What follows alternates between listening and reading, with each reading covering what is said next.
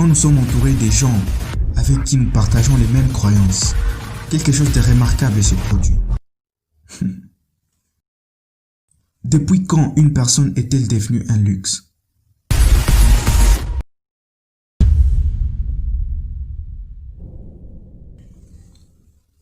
Toute personne qui est prête à m'écouter et à regarder ceci a sûrement une idée de qu'est-ce qu'est la confiance. Vous me regardez en ce moment parce que nous partageons quelque chose. Nous avons les mêmes valeurs et croyons en mêmes choses. Et c'est la raison pour laquelle vous êtes là, en ce moment.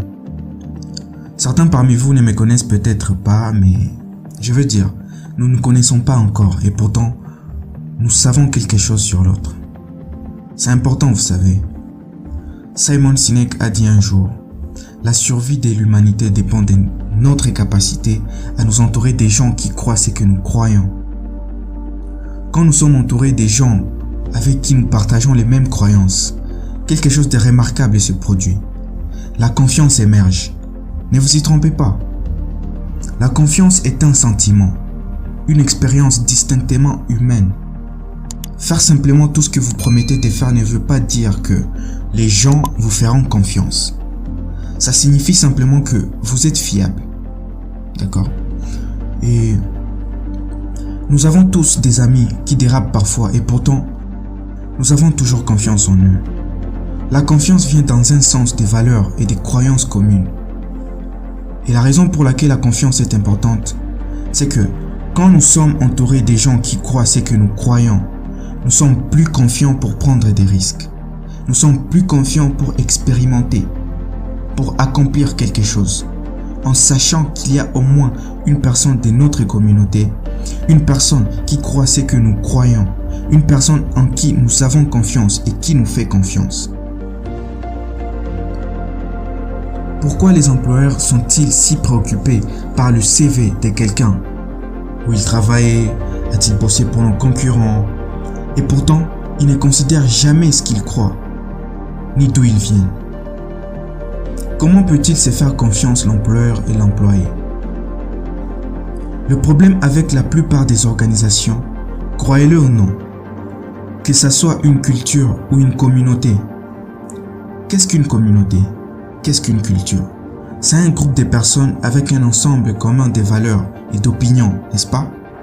Et le plus grand défi que toute culture ou toute organisation affrontera jamais, c'est son propre succès.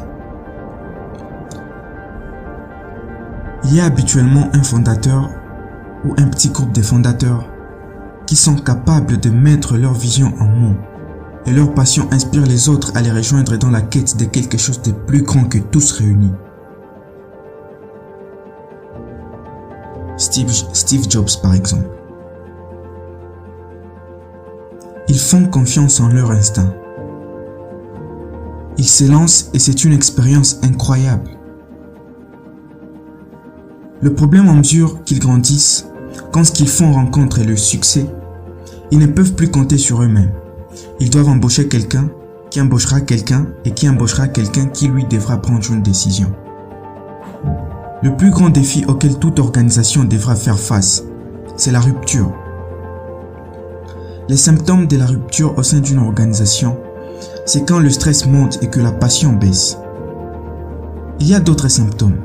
Quand l'organisation commence à beaucoup plus se concentrer sur ce que fait la concurrence et moins se soucier de ce qu'elle fait elle-même.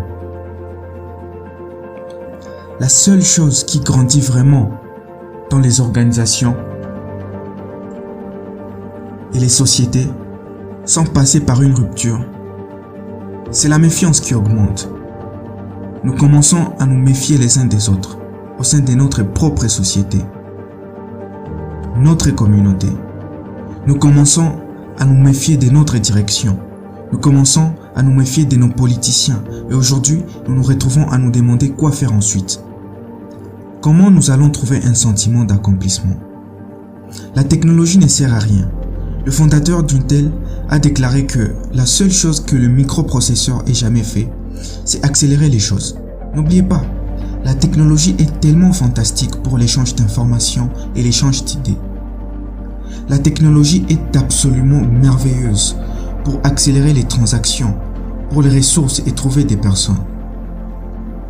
Mais c'est épouvantable pour créer des connexions humaines. On ne peut pas établir des relations de confiance par Internet. Récemment, on a trouvé une chose qu'on appelle les neurones miroirs, qui contribuent à la façon dont les gens se situent par rapport aux autres et font preuve d'empathie. C'est les sentiments qu'on a. C'est la même partie du cerveau qui s'éveille. Et ils ont fait des IRM. Ils ont donné à des gens une photo d'une personne souriante et dans notre cerveau, lorsque nous voyons quelqu'un de souriant, la même partie du cerveau s'éveille lorsque nous sourions. C'est ce qui crée de l'empathie. Et c'est nécessaire pour créer la confiance. Encore une fois, c'est un lien très humain. C'est la raison pour laquelle la vidéoconférence ne remplacera jamais les voyages d'affaires. Impossible d'avoir une intuition avec une vidéoconférence. Rien ne remplace le contact humain. C'est la différence entre le leadership et l'autorité. Le leadership nous dit pourquoi nous sommes ici au départ. Il nous rappelle pourquoi nous sommes venus. L'autorité nous dit quoi faire et elle nous dit quel objectif atteindre. Il fut un temps où le service client signifiait parler aux gens qui entraient dans votre organisation, votre boutique, peu importe. Mais aujourd'hui, service client signifie obtenir une réponse à votre email dans les 24 heures.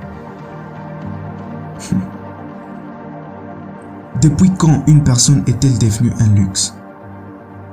Notre service dépend de notre capacité à interagir avec des êtres humains. Tout à coup, l'humanité des choses commence à disparaître.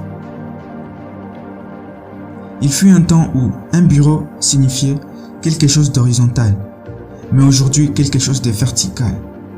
Un dossier, c'est une image que nous avons l'habitude d'utiliser. Ce sont des idées amusantes, des exemples drôles de comment la technologie a imputé une partie de notre vocabulaire. Le problème, c'est qu'elle a aussi imputé quelques autres idées. Un ami, ce n'est pas quelqu'un dont vous vérifiez le statut. Votre réseau n'est pas sur Facebook. Votre conversation ne se déroule pas sur WhatsApp. Vous ne pouvez pas avoir une discussion sur Instagram. Nous avons besoin d'expériences humaines. Nous devons apprendre sur les valeurs et les croyances les uns des autres. Et nous ne pouvons pas simplement le faire sur Internet. Ces neurones miroirs ne se réveillent pas quand nous envoyons un SMS ou quand nous recevons des messages instantanés. Ce que j'imagine, c'est le jour où nous commencerons à avoir plus d'interactions humaines.